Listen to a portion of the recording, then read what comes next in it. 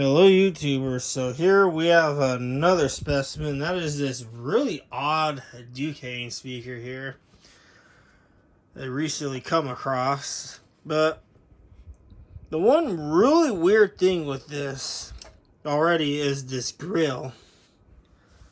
I didn't know that Dukane offered this style of grill on their speakers. The last time I checked, this grill originally was a Lowell grill way back when, probably like in the 60s.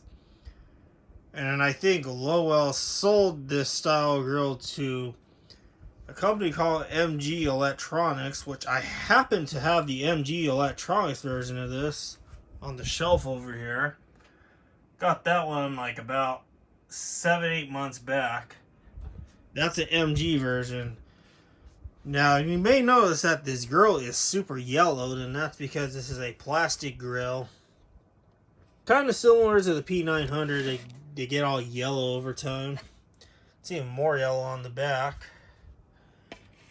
Now, since September 20th of, it looks like 1985. It looks like 1985 to me, so this was made in about the mid-80s. Now, this speaker driver here is it's a Dukane driver. Also looks very identical to the MG Electronics version.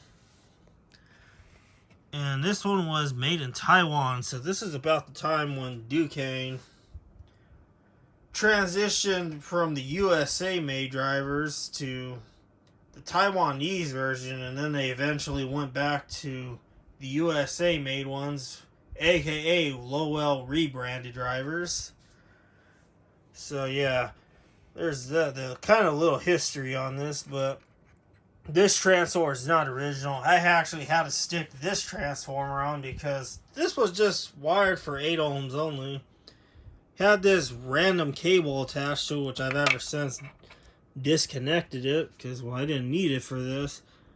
Had these bodge connectors and all this weirdness going on, so I canceled that out, as Jordan you would call it, and substituted with this transformer. Now, this is a 15 watt transformer on the driver that probably only needs 5 watts, but that's what I had on hand, so there's that.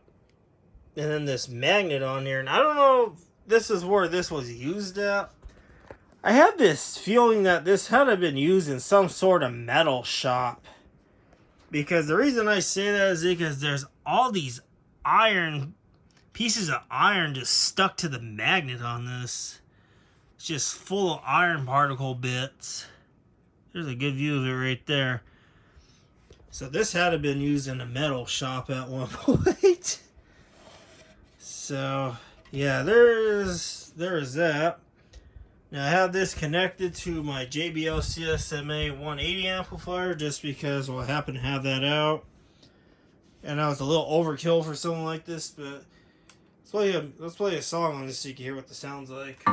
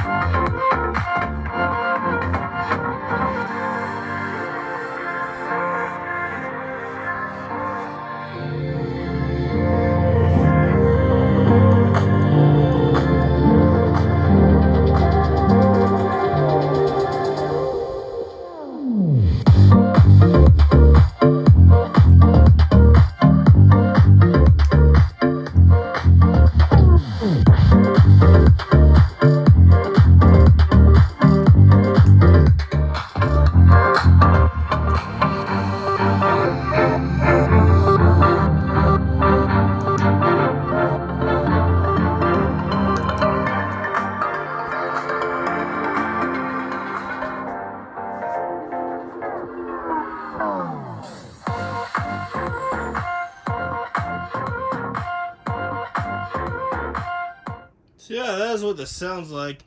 Now, the sound distortion on this, well, it's not actually the speaker or my amplifier. It's just the song I was playing. It just happens to have distortion in it, so Just an FYI before you guys start saying, well, that sounds very distorted or half blown. It's not the case. Now, there's some weird deformities on this grill, and it's also the same exact thing on this MG grill over here. They both have the same issue. Looks like there's some pieces of plastic that didn't get cleared when it was getting demolded from the whatever mold process they use. Left a lot of this extra plastic in some of the perforations here. Now, with this style grill, I've noticed that unlike the P900 where it bumps the base up, this really brings out the trouble. So it's kind of the opposite. That is what I've noticed with this and the MG. It seems to really just amplify the highs, the trouble, whatever you want to call it. Complete opposite of the P900. It's quite a cool grill.